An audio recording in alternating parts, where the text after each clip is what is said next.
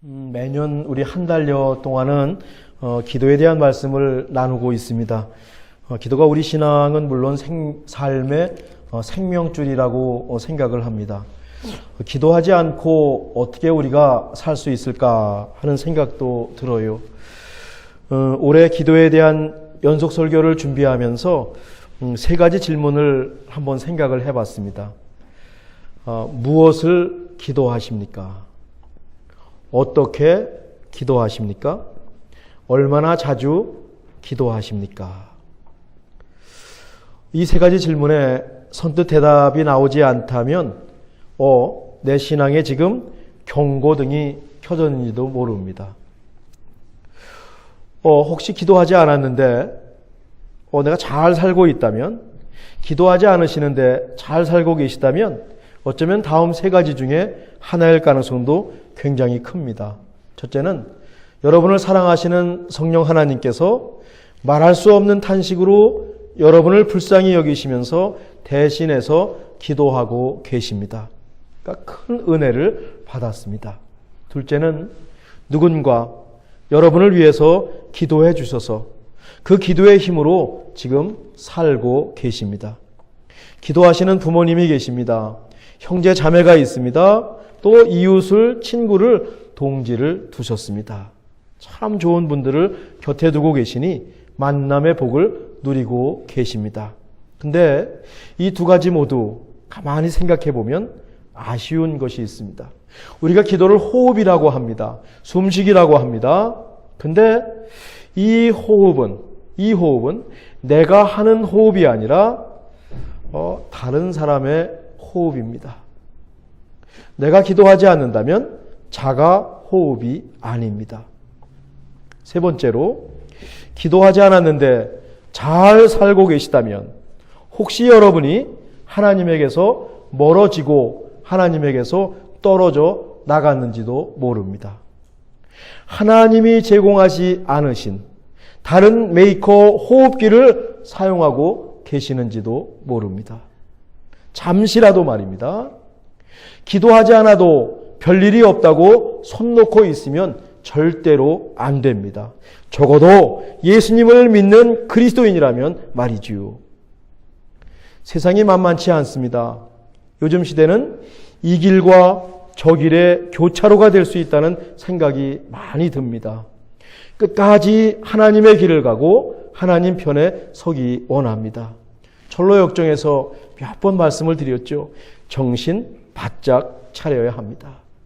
정신 바짝 차려야 우리의 있는 신앙을 그나마 유지할 수 있습니다. 참 어려운 세상 속에 살고 있죠.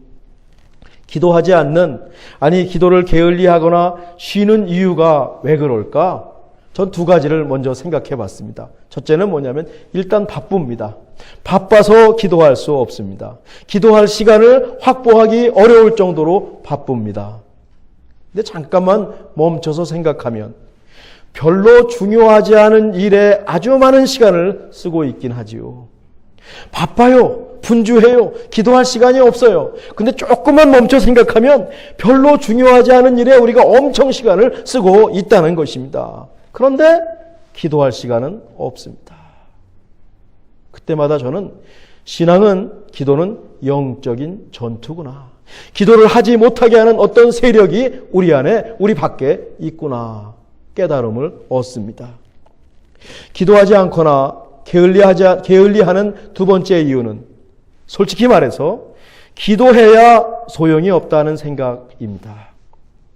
기도한다고 잘 되는 것도 아니고 기도한 것이 모두 응답되는 것도 아닙니다. 요즘 같은 실용주의 시대에 기도를 귀하게 여기는 것이 쉽지 않습니다. 대놓고 말하지는 않아도 속으로 그까짓 것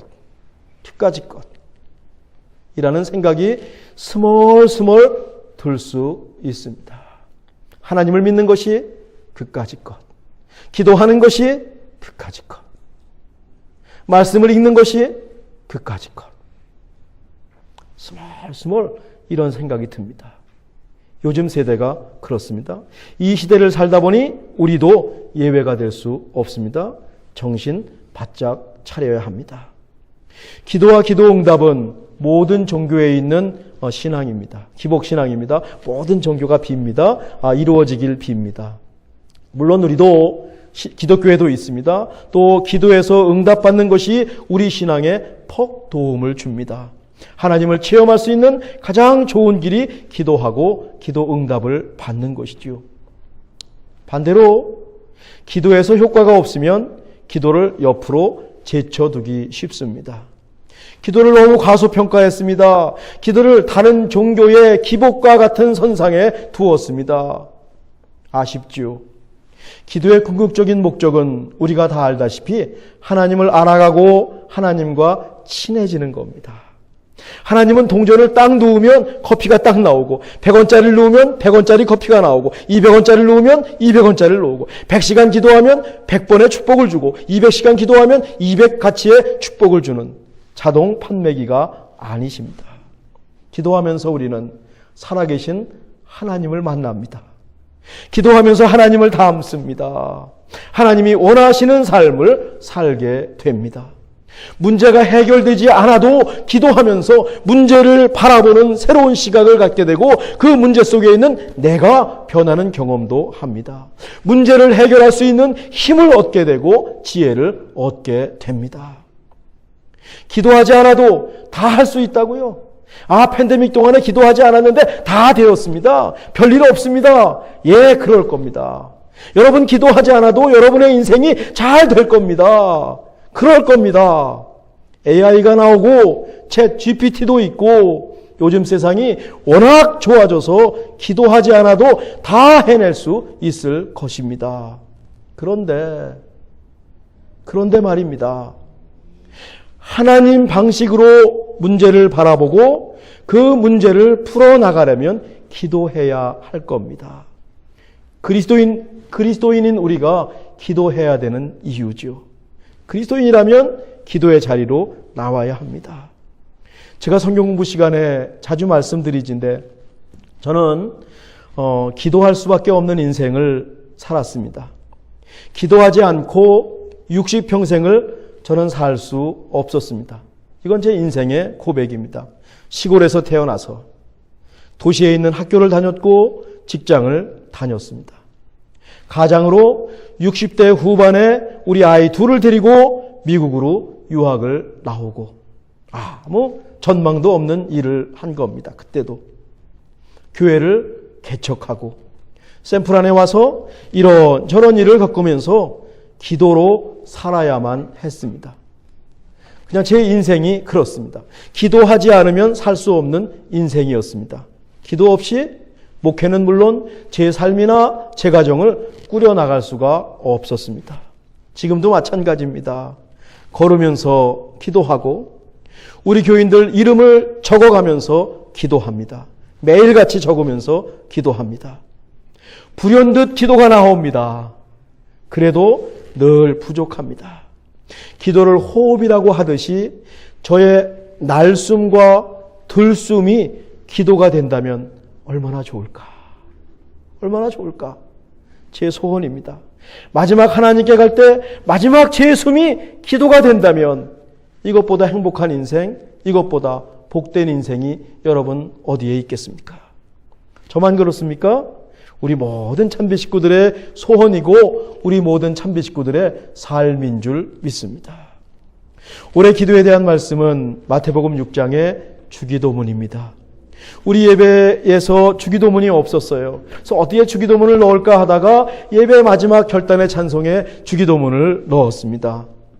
우리니까 매 주일마다 주기도문을 찬양하면서 기도하고 있는 셈인데 주기도문의 뜻을 조금 자세히 살피면 우리의 기도와 찬양이 더 풍성할 것 같아서 주기도문이 나오는 본문을 택했습니다. 한 2달 이상 나눴으면 좋았겠는데 제 개인 일정이 있어서 조금 일찍 끝내는 것이 아쉽지만 우리에게 필요한 것을 준비해서 쉽게 간단하게 말씀을 나누도록 하겠습니다. 무엇을 기도하십니까? 어떻게 기도하십니까? 얼마나 자주 기도하십니까? 앞에서 제가 했던 질문 3가지인데요. 이번 연속 설교를 통해서 이 3가지 질문에 답을 얻고 또 답을 하시고 기도하는 저희 찬빛교회가 되기를 간절히 바랍니다. 오늘은 우리 온 교회가 실천하길 바라면서 얼마나 자주 기도하십니까?에 대한 한 가지 답을 제안하고 싶습니다. 주무시기 전에, 잠자리에 드시기 전에 침대 맡이나 식탁이나 거실이나 책상 앞에서 단 1분이라도 무릎 꿇고 기도하시는 겁니다. 얼마나 자주 기도하십니까? 잠자기 전에 나는 기도합니다. 답할 수 있기를 원합니다. 하루를 돌아보시고 밤을 주님께 맡기고 새날을 기대하면서 무릎 꿇고, 우리 권사님들 무릎 꿇기 어려우시면 그냥 하셔도 되고, 무릎 꿇을 수 있다면 무릎 꿇고 기도하는 겁니다. 마침 사순절이고 부활절까지 기도에 대한 설교가 계속됩니다. 얼마나 자주 기도하십니까? 우리 찬빛교회 식구들은 사순절 끝날 때까지 잠자리에 들기 전에 무릎 꿇고 기도합니다. 우리 한 가지만 다 같이 실천해 봅시다. 제가 점검하지 않습니다. 다 같이 한번 실천해 봅시다. 잠들기 전에, 잠자기 전에 무릎 꿇고 기도하는 것, 숙제를 여러분에게 드립니다. 주기도문은 웬만한 그리스도인이면 모두 외우지요. 중간에 기도를 빼고 말이죠. 주문처럼 외울 때가 얼마나 많은지요. 교회 모임을 마칠 때 드리는 형식적인 기도가 되고 말았습니다. 요즘 말로 영혼 없이 외우는 경우도 너무 많습니다. 주기도문, 주님께서 가르쳐 주신 기도문입니다. 영어로 주의 기도, the Lord's Prayer라고 하죠. 예수님께서 가르쳐 주셨으니까 최고의 기도입니다. 초대교회에서부터 예수님께서 가르쳐 주신 주기도문은 기도의 모델이었습니다. 종교개혁자 마틴 루터는 우리의 모든 기도에 주기도문을 갈아서 넣어야 됩니다. 우리의 모든 기도에는 주기도문이 들어가 있어야 됩니다. 앞으로 배울 주기도문의 내용이 우리 모든 기도에 꼭 들어가 있어야 한다라고 말을 했습니다. 기도의 원형, 프로토타입, 원형이라고 말할 수 있겠어요. 성경에서 주기도문은 누가복음 11장과 마태복음 6장에 나옵니다. 누가복음 11장에서는 제자들이 예수님한테 우리에게도 기도를 가르쳐 주십시오. 세례 요한이 제자들에게 기도를 가르쳐 주셨듯이 우리에게도 기도를 가르쳐 주십시오 라고 말하니까 이렇게 기도하라 라고 가르쳐 주셨고, 마태복음 6장에서는 잘못된 기도를 쭉 말씀하시면서 너희는 이렇게 기도하라, 바른 기도를 알려주셨습니다. 우리는 마태복음 6장 주기도문을 공부하게 될 겁니다. 예수님은 사람들에게 보이라고 회당이나 거리에서 큰 소리로 기도하는 것을 위선이라고 했습니다. 하나님께 기도하는 것이 아니라 사람에게 보이려는 기도입니다. 사람들이 참 기도를 열심히 하시는군요, 참 기도를 잘하시는군요, 칭찬하겠지요. 그것으로 상을 다 받았습니다. 거기서 끝입니다. 대신 진정한 기도는 골방에 들어가서 문을 닫고 하나님께 기도하라고 말씀하십니다. 골방은요, 세상과 단절된 곳입니다. 하나님과 단둘이 만나는 곳입니다. 사람들이 기도하고 있는지 안 하는지도 모르는 곳입니다. 우리 마음 깊은 곳입니다. 레위기에서 배웠던 성소, 지성소를 가리치는 겁니다. 그 깊은 곳에서 하나님과 은밀히 기도하라라고 하는 것이죠. 하나님께서 보시고 갚아 주실 것입니다.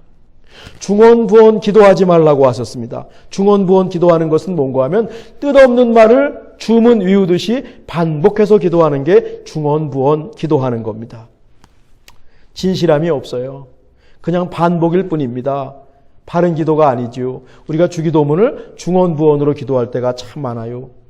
우리가 구하기 전에 하나님께서 우리의 구할 것을 모두 아신다고 하셨습니다. 아버지는 다 생각이 있어요. 생각이 있어요. 근데 자식은 아버지를 찾아와서 달라고만 해요. 아버지 마음이 어떨까요? 자식이라면 아버지의 마음을 한번 헤아려 주기만 해도 너무 감사할 것 같은데, 아버지의 능력만 믿고 자기 욕심대로 아버지 이거 주세요, 이거 주세요, 틈만 나면 아버지를 찾아와서 달라고 합니다. 간청만 합니다. 그건 아버지와 자녀가 거래하는 거죠. 관계가 없죠. 기도는 거래가 되면 안 됩니다. 기도는 하나님과 우리 사이의 거래가 아니죠. 기도는 하나님과 우리 사이의 관계입니다.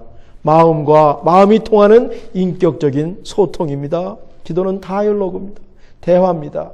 기도의 신비 가운데 우리 모두 들어가기를 간절히 바랍니다. 그러면 어떻게 기도해야 할까요?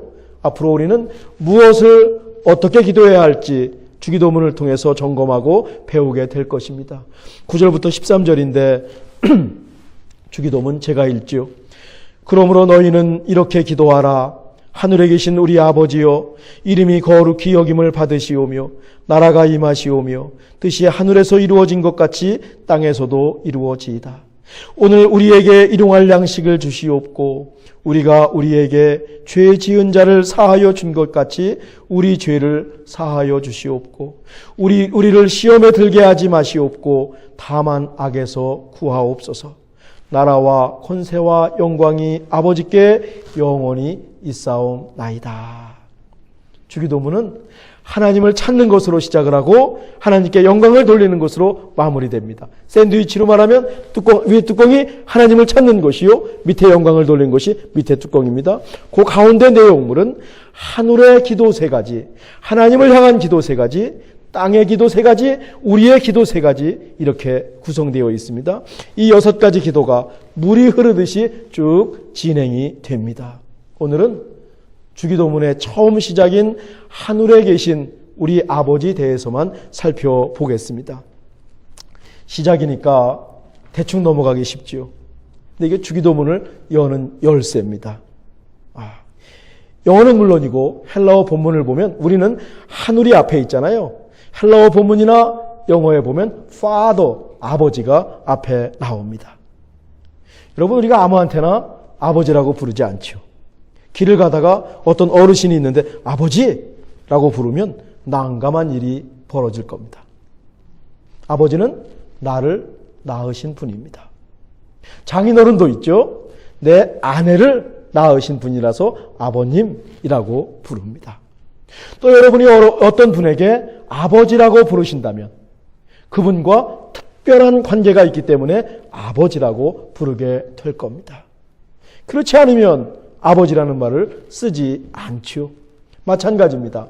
하나님을 아버지라고 부르는 것은 우리가 하나님의 자녀라고 하는 표시입니다. 세상 사람들은, 하나님을 믿지 않는 사람들은 절대로 하나님을 아버지라고 부르지 않습니다. 예수님을 믿는, 그래서 하나님의 자녀가 된 그리스도인만이 하나님을 아버지라고 부르지요. 요한복음 1장 12절인데 우리 함께 읽으실까요? 영접하는 자, 곧 그 이름을 믿는 자들에게는 하나님의 자녀가 되는 권세를 주셨으니 요즘에는 영접이라고 하는 말을 많이 쓰더라고요. 한국 텔레비 보니까 이거 예전에 교회의 말이었거든요. 영접이라는 말 많이 안 썼는데 요새 세상의 용어가 된 것 같아요. 내심 참 잘됐다 생각을 합니다. 어떤 분을 여러분이 실제로 만나면 뭐라고 합니까? 실물 영접. 이런 말이 세상에 있어요.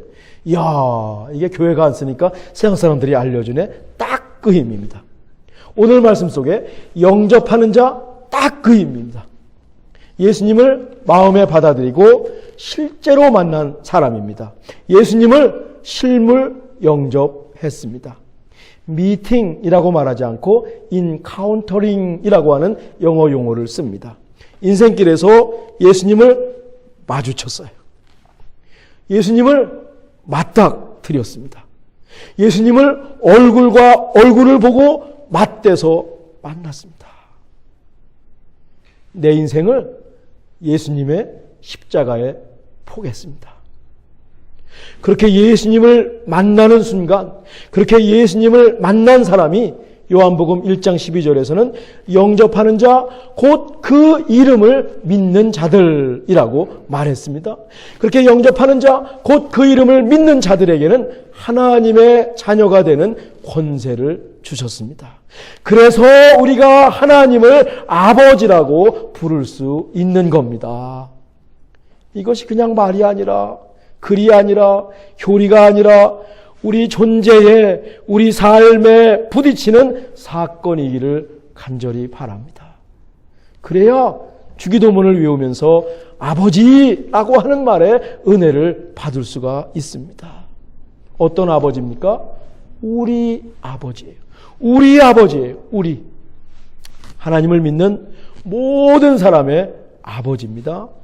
혼자서 골방 기도를 드릴 때도 우리 아버지께 기도를 해야 됩니다. 하나님을 사유화해서도 안 되고 하나님을 독점해서도 안 됩니다.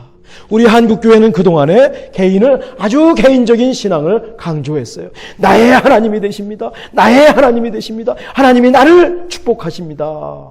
그런데 여기서 한 걸음 더 나가야 됩니다. 예수님 가르쳐준 기도에 뭐라고 하셨습니까? 하늘에 계신 우리 아버지. 철로 역정에서 크리스천이 믿음과 소망이라는 친구를 만났듯이 우리도 함께 가는 겁니다. 하나님은 우리 모두의 아버지가 되십니다. 우리 찬빛교회의 아버지만 되시는 것이 아닙니다. 우리 모든 교회의 아버지가 되시고 이 세상에 예수님을 믿는 모든 사람의 아버지가 되시고 지금 예수님을 믿지 않더라도 그들이 하나님께 오는 순간에 그들의 아버지가 되시는 겁니다. 우리 모두 같은 하나님의 자녀들입니다. 하늘에 계신이라고 했네요. 여기서 하늘은 스카이, 구름이 떠다니는 하늘을 가리키는 것이 아니라 하나님 위에 계시다. 우린 땅에 있고 하나님 위에 계시다라고 하는 겁니다. 모든 것을 하실 수 있는 전능하신 하늘 아버지이십니다. 창조주 하나님, 초월적인 속성을 하늘에 계신이라고 표현했습니다. 하늘에 계신 우리 아버지를 가장 잘 나타내주는, 잘 노래한 말씀이 성경에 있는데 시편 139편입니다. 1절부터 10절을 제가 천천히 읽겠습니다. 여호와여, 주께서 나를 살펴보셨으므로 나를 아시나이다. 주께서 내가 앉고 일어섬을 아시고 멀리서도 나의 생각을 밝히 아시오며 나의 모든 길과 내가 눕는 것을 살펴보셨으므로 나의 모든 행위를 익히 아시오니 여호와여, 내 혀의 말을 알지 못하시는 것이 하나도 없으시니이다. 이게 하늘에 계신 아버지이십니다. 주께서 나의 앞뒤를 둘러싸시고 내게 안수하셨나이다. 이 지식이 내게 너무 기이하니 높아서 내가 능히 미치지 못하나이다. 하늘에 계신 우리 아버지시지요. 내가 주의 영을 떠나 어디로 가며 주의 앞에서 어디로 피하리이까? 내가 하늘에 올라갈지라도 거기 계시며 스올에 내 자리를 펼지라도 거기 계시니이다. 내가 새벽 날개를 치며 바다 끝에 가서 거주할지라도 거기서도 주의 손이 나를 인도하시며 주의 오른손이 나를 붙드시로다. 오후에 이 말씀을 카톡방에 올려놓겠습니다. 여러분 각자의 자리에서 꼼꼼히 읽어보시길 바랍니다. 하늘에 계신 우리 아버지가 어떤 분인지 깊이 아시게 될 겁니다. 주기도문은 바로 하나님을 찾는 것으로 시작하지요. 우린 주기도문을 너무 빨리 읽었습니다. 대충 읽었습니다. 대충 외웠습니다. 주기도문에 처음 하늘에 계신 우리 아버지를 한자 한자 꾹꾹 눌러서 읽고 되새기고 마음에 새겨야 하거든요. 하늘에 계신 우리 아버지, 한참을 여기서 머물러야 합니다. 이름이 거룩히 여김을 받으시오며 바로 가는 것이 아니라 하늘에 계신 우리 아버지, 한참을 계셔야 합니다. 아버지를 다 느끼셔야 됩니다. 풀리 느끼셔야 됩니다. 그리고 나서 이름이 거룩히 여김을 받으시오며. 우리 한 주간 주기도문 가운데 하늘에 계신 우리 아버지만 갖고 기도하겠습니다. 이 한 문장만 갖고 기도하고 또 기도합시다. 시편 139편 말씀과 합쳐서 기도하는 겁니다. 저녁 침대맡에서 무릎을 꿇고 기도하실 때도 하늘에 계신 우리 아버지를 찾는 것입니다. 하늘에 계신 우리 아버지를 다르게 만들어서 의역해서 응용하실 수도 있습니다. 우리의 모든 것을 아시는 아버지, 우리가 걸어온 길을 아시고 앞으로 가야 할 길도 아시는 아버지, 얼마든지 응용할 수 있어요. 열린 기도가 될 수 있습니다. 하나님께서 다음 한 주간 깜짝 놀라실 것 같아요.